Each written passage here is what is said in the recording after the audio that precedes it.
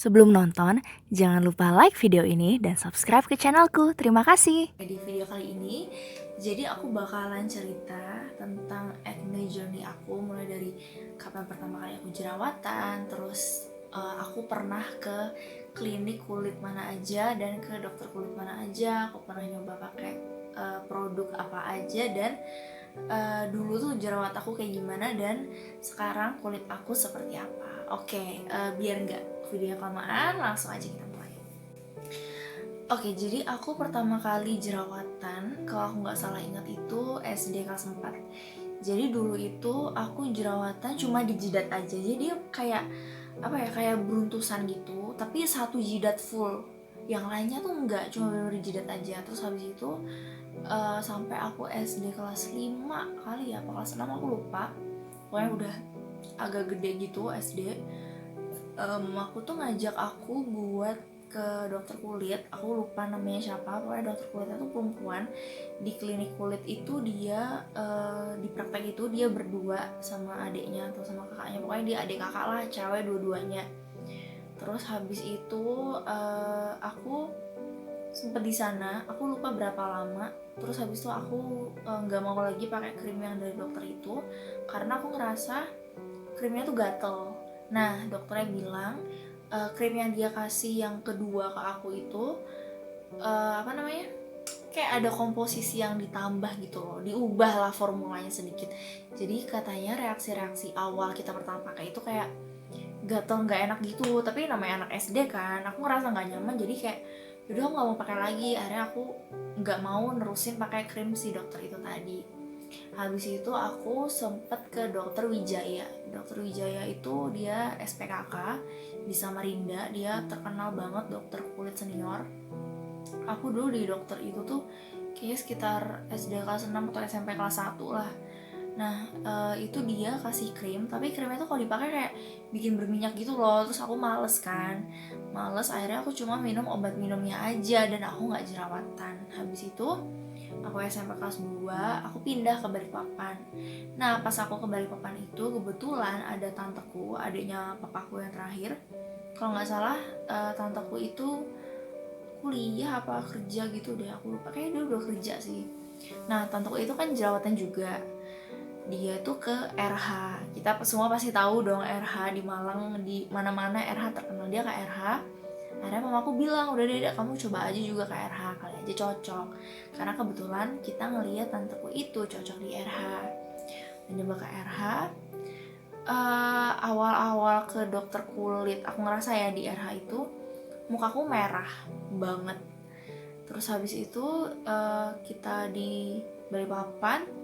Setahun kemudian kita pindah ke Pasuruan. Nah di Pasuruan kan gak ada RH, adanya itu di Surabaya.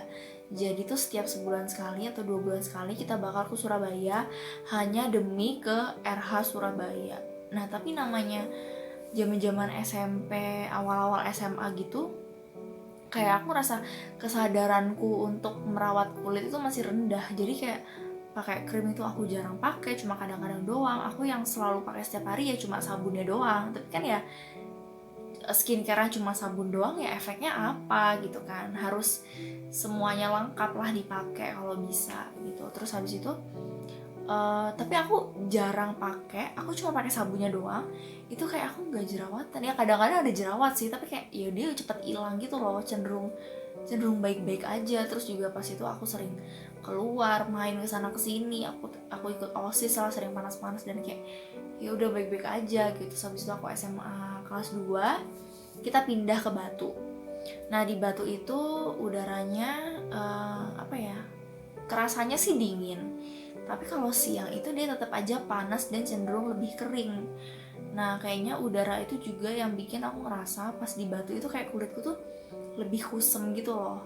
Terus ya jerawatnya juga tetap ada. Terus habis itu aku itu masih tetap di RH ya, ini ceritanya masih tetap di RH. Nah pas aku udah di Batu, kalau nggak salah RH itu udah buka cabang di Malang, jadi kita nggak perlu lagi jauh-jauh ke Surabaya, kita dari Batu tinggal ke Malang buat ke RH. Terus habis itu ya krimnya RH, karena aku juga udah bertahun-tahun di RH ya, jadi kayak udah hafal sama krimnya tuh, ya udah itu aja, sabunnya juga itu aja. Habis itu aku kuliah, 2014 tuh aku kuliah. Sampai awal kuliah itu aku masih di RH. Terus habis itu aku ngerasa kayak aku berada di titik dimana kayak aku tuh udah nggak ada progres lagi di RH. Jadi kayak udah nggak ada perubahan. Aku nggak bilang dia jelek ya, cuma mungkin gini, ibaratnya ya kita tuh udah minum obat yang sama selama bertahun-tahun sampai akhirnya tubuh kita tuh udah kebal sama obat itu. Jadi ketika kita dikasih si obat A ini, itu udah nggak mempan karena kita udah terlalu sering mengkonsumsi si obat A ini. Nah, aku mikir pas itu tuh bisa aja aku udah nggak ada efeknya di RH karena aku udah kebal gitu loh kulitku sama RH. Akhirnya aku memutuskan untuk kayaknya aku berhenti aja deh di RH. Aku berhenti di RH sekitar 2014 pertengahan. Nah terus habis itu mamaku diceritain lah sama temennya, ada dokter kulit namanya itu dokter Rofik SPKK di Malang. Prakteknya tuh di Dieng pas itu. Sekarang nggak tahu ya, mungkin masih di Dieng atau udah pindah, aku nggak tahu. Cobalah ke situ. Akhirnya aku coba ke situ. Nah sama dokter Rofik itu aku ingat aku dikasih krim pagi yang udah jadi satu sama sunscreen. Dia tuh modelnya kayak apa ya, kayak ada warnanya gitu loh, jadi bisa semi kayak BB cream lah atau alas bedak gitu loh modelnya. Terus kalau malam dia kasih aku tuh 2 krim, jadi pakainya selang-seling. Jadi krim 1 dipakai hari ini, krim 2 dipakai besok, nanti 1 2 ganti-gantian. Terus habis itu sampai 3 bulan aku di dokter Rafiq, dan 3 bulan itu 3 kali juga aku kesana, kayak 11 kali konsul lah gitu. Aku ngerasa perubahannya ada, tapi teramat sangat sedikit banget, dikit banget. Akhirnya setelah itu aku coba ke Navagrin. Nah aku ke Navagrin karena pas itu di kelas ada salah satu temanku yang ke Navagrin dan dia cocok. Akhirnya aku pikir cobalah ke Navagrin karena kebetulan pas itu Navagrin juga deket sama rumah, jadi kayak ya boleh lah.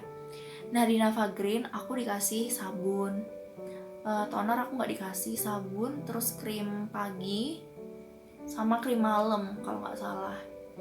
Nah selain dikasih produk itu tadi, aku tuh juga apa ya, kayak disarankan untuk ngambil treatmentnya dia. Jadi ada facial, aku tuh pertama kali kesana facial acne yang buat jerawat, terus disinar gitu loh, tau gak sih yang kayak ada sinarnya warna biru kayak muterin wajah kita. Aku nggak tahu itu apa namanya. Pokoknya aku di itu, terus aku di mikro tuh dingin, enak banget sih. Nah facial di Navagrin itu wow mantap, sakit banget. Dan di aku ini, kalau di aku ya, di kulitku itu setelah aku facial, mukaku merah banget kayak kepiting rebus, pokoknya parah banget.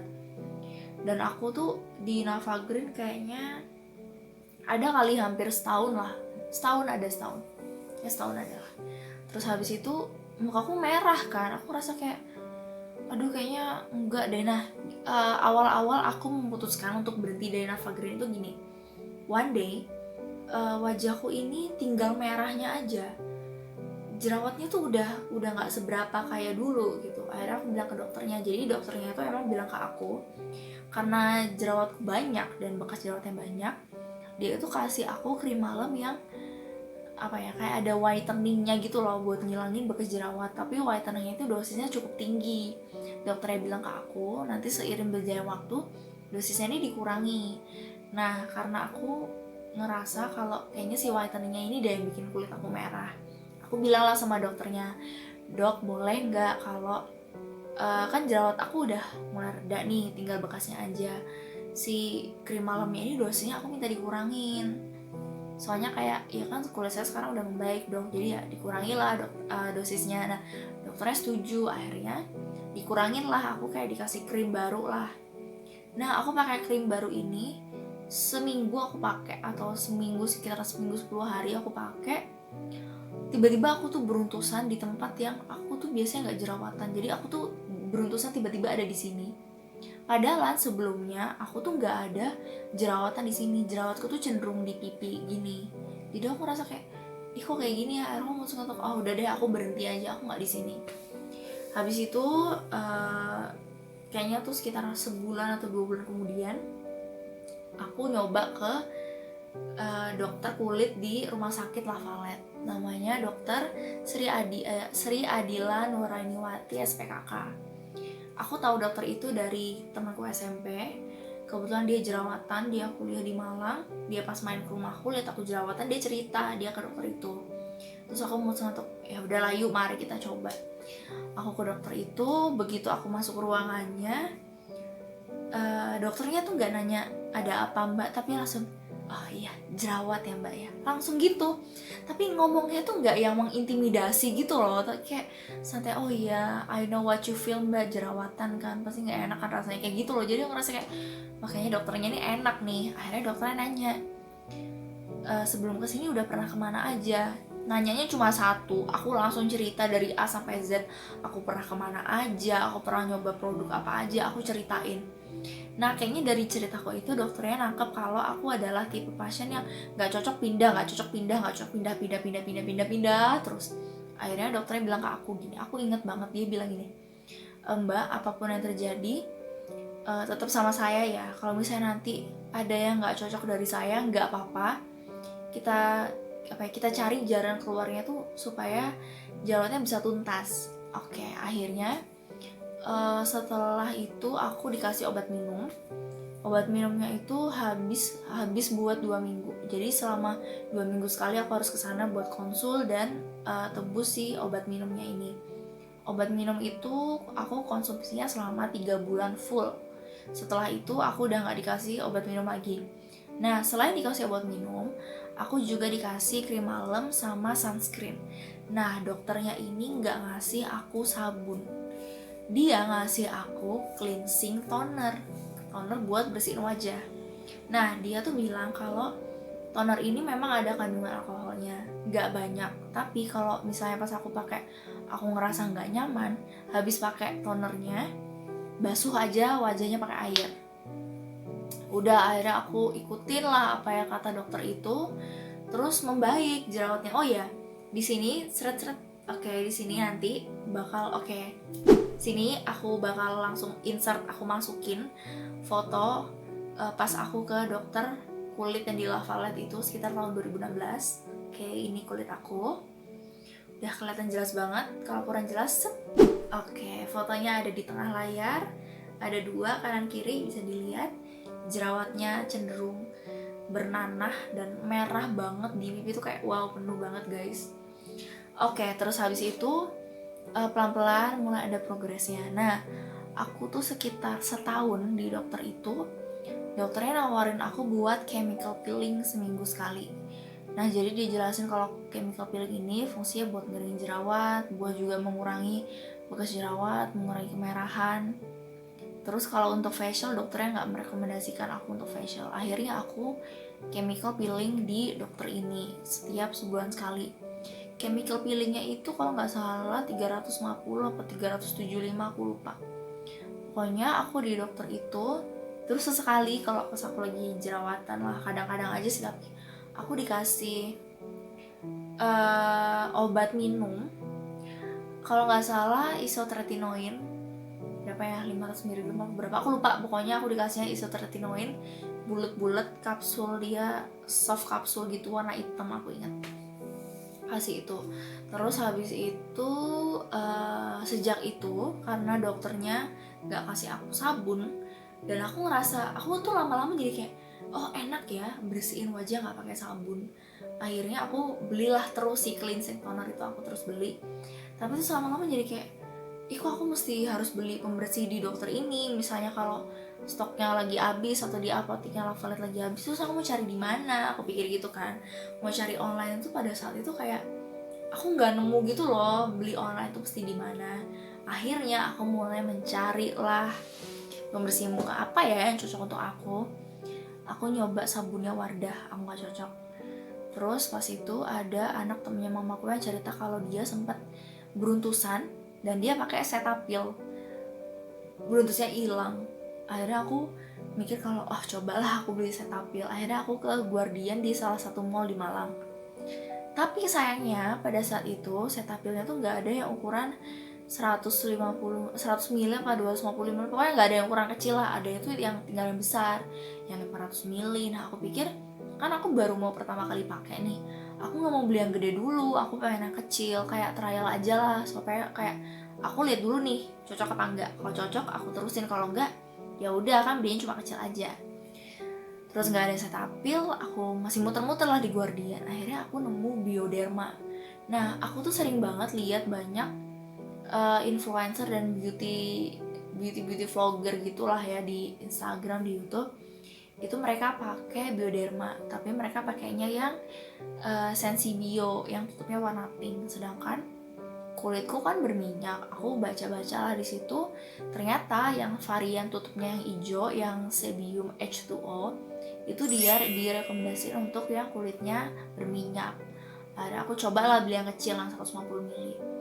Ternyata aku cocok, akhirnya aku beli terus lah si Bioderma ini sampai berbulan-bulan kemudian aku berbioderma, dibarengi dengan aku masih tetap di dokter yang di La Valette ya, ini ceritanya. Habis itu one day aku ngerasa kayak wah kayaknya bangkrut nih gue lama-lama kalau pakai Bioderma terus. Karena Bioderma harganya juga lumayan kan, mehong lah. Akhirnya aku nyoba cari gantinya apa ya yang misal waternya sekiranya kayak aku bisa cocok. Akhirnya aku nyoba di Guardian itu ada Corinne de Farm, dia buatan Prancis juga kayak Bioderma. Aku nyoba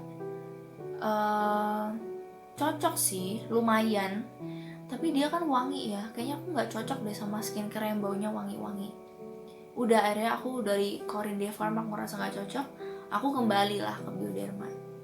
Suatu hari aku ke Body Shop, iseng nih ada trial kit yang tea tree gitu loh, yang serinya tea tree itu satu kotak, ada sabun sama toner. Terus sama mbaknya aku dikasih bonus sampel gitu serumnya 2 saset deh kalau nggak salah. Terus habis itu aku pakailah itu selama kayak sekitar 2 mingguan. Terus aku ngerasa kayaknya aku cocok deh pakai Bioderma yang seri tea tree. Akhirnya aku iseng beli serumnya sama night lotionnya. Terus aku pakai sabunnya juga dan pakai tonernya juga. Aku pakai tuh selama kayak sekitar 2 minggu lah, nggak sampai sih 10-an hari. Terus tiba-tiba aku beruntusan di sini, terus kayak merah banget kulitnya. Terus aku ngerasa kayak wah kayaknya ada yang nggak beres nih. Akhirnya aku stop pakai tea tree itu tadi, semua varian tea tree dari Body Shop aku stop. Aku ngerasa kayak wah aku rugi banget dong, udah beli serum harga ratusan ribu tapi nggak cocok. Diapain ya enaknya? Akhirnya aku pre-love-in. Gue pre-love, ternyata akhirnya dibeli sama adik kelasku. Terus uangnya aku pakai buat konsul ke dokter kulit yang di La Valette. Aku cerita, dok saya habis nyoba produk tea tree gini. Ada orang bilang kalau produk tea tree itu, jadi kandungan tea tree dalam skincare itu nggak semua orang bisa cocok. Walaupun klaimnya dia cocok untuk orang yang kulitnya berjerawat atau berminyak, tapi pada kenyataannya nggak semua orang itu bisa dengan si kandungan tea tree ini. Dan kayaknya produk skincare dari Body Shop itu mostly dia ada kandungan fragrance-nya atau parfumnya. Dan dokternya bilang kalau kulitku ini nampaknya nggak cocok sama skincare yang ada parfum dan ada kandungan tea tree-nya. Dari situ akhirnya aku ngerti, oh aku nggak cocok tuh yang kayak gini.